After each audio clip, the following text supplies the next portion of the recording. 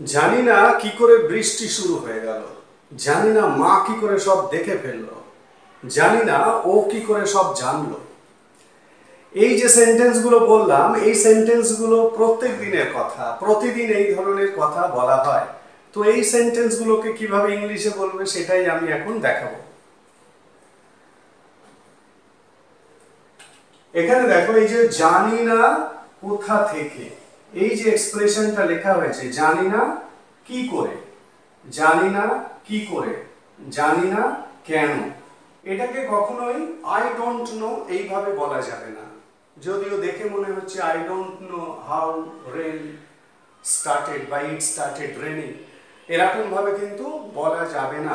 তার কারণ হচ্ছে এই সেন্টেন্সটার মধ্যে বা এই এখানে যে কটা সেন্টেন্স লিখেছি, চারটে সেন্টেন্স লিখেছি, এই চারটে সেন্টেন্সের মধ্যেই একটা বিস্ময়, একটা অবাক, একটা হতবাক করে দেওয়ার ব্যাপার রয়েছে। সেই ব্যাপারগুলোকে বোঝানোর জন্য তোমাকে কিন্তু আই ডোন্ট নো এইভাবে বললে হবে না। তার মানে তোমাকে অন্য কিছু একটা ইউজ করতে হবে। আই ডোন্ট নো যদি দিয়ে ইউজ করো তাহলে সেটা একটা straight forward sentence, straight forward statement হয়ে যায়। আমি কিন্তু এখানে স্ট্রেট ফরওয়ার্ড কোনো স্টেটমেন্ট দিচ্ছি না, মানে এখানে স্ট্রেট ফরওয়ার্ড সেন্টেন্স কোনো কিছু লেখা হয়নি। এই সেন্টেন্সগুলোর মধ্যে একটা বিস্ময়, আকস্মিকতা, হতবাক এরকম ব্যাপার আছে। তাহলে এই সেন্টেন্সগুলোকে ইংলিশে বলতে গেলে তোমাদের কি করতে হবে, একটা ফ্রেজ বা ইডিয়ম ইউজ করতে হবে। সেই ইডিয়মটা হলো, যে ইডিয়মটা হলো দুভাবেই বলা যায়।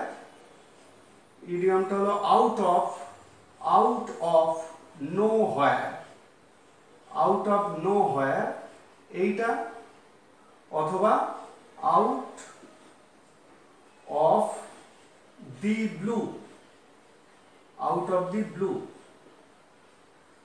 এই ইডিয়মটা ইউজ করতে হবে। এই ইডিয়ম বা ফ্রেজটাকে ইউজ করতে হবে এই জায়গাতে, মানে এই জানি না কি করে, জানি না কিভাবে, জানি না কেন, এই বাংলাগুলোকে বোঝানোর জন্য। ঠিক আছে, এইটা হলো আগে, এইটাই আগে তোমাদের বুঝতে হবে। এবং এই বাংলাগুলোকে আরেক রকম ভাবে তুমি ভাবতে পারো বা আরেক রকম ভাবে বলা হয়। লোকালি আমরা যখন কথা বলি, জানি না এটা তো একটা বলা হয়, এটা আরেক রকম ভাবে বলা হয় না জানি কোথা থেকে, না জানি কোথা থেকে বৃষ্টি শুরু হয়ে গেল, না জানি মা কি করে সব দেখলো, না জানি ও কি করে সব জানলো, না জানি ও কেন আজ ফোন করলো। বোঝা যাচ্ছে? তাহলে লোকালি তোমরা যখন কথা বলছো বা লোকাল ল্যাঙ্গুয়েজ যখন বলা হয় প্রত্যেক দিনের কথায়, তখন কিন্তু এই ধরনের কথাগুলো বলা হয়। যাই হোক, তাহলে আমি ইডিয়মটা দেখিয়ে দিলাম, এই ইডিয়মটা ইউজ হবে। এইবারে সেন্টেন্স স্ট্রাকচারটা দেখো, সেন্টেন্স স্ট্রাকচারটা দুভাবেই হতে পারে। এই সেন্টেন্স প্রথমে লিখতে পারো সেন্টেন্স প্লাস ফ্রেজ বা ইডিয়ম, এইটাকে আমরা কি বলছি, ফ্রেজ বা ইডিয়ম। ঠিক আছে, এই দুটো, out of nowhere, out of the blue. তাহলে সেন্টেন্স প্লাস ফ্রেজ হতে পারে, অথবা ফ্রেজ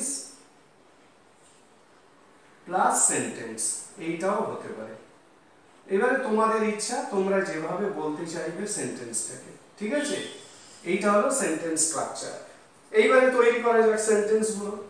আমি ফ্রেজটাকে প্রথমে দিচ্ছি, জানি না কোথা থেকে, তার মানে out of nowhere, out of nowhere, out of nowhere it, যেহেতু প্রাকৃতিক ঘটনা তার মানে ইট দিয়ে শুরু করছি, ইট স্টার্টেড রেনিং। বোঝা গেল? Out of nowhere it started raining, out of nowhere it started raining, জানি না কোথা থেকে বৃষ্টি শুরু হয়ে গেল। পরেরটা, জানি না মা কি করে সব দেখলো, out of know where mother saw everything। ঠিক আছে, out of know where mother saw everything, জানি না মা কোথা থেকে সব দেখলো। কি করে সব দেখলো, জানি না ও কি করে সব জানলো। Out of nowhere he knew everything. Out of nowhere he knew everything, জানি না ও সব কি করে জানলো। বোঝা গেল? পরেরটা, জানি না ও কেন আজ ফোন করলো। আচ্ছা, আউট অফ nowhere প্রত্যেকটাতে ইউজ করেছি, এবারে আউট অফ ব্লু ইউজ করি। দুটো ফ্রেজেরই মানে এক, দুটো অল্টারনেটিভলি ইউজ করতে পারো। আমি এখানে আউট অফ ব্লুটাকে ইউজ করছি, আউট অফ দি ব্লু।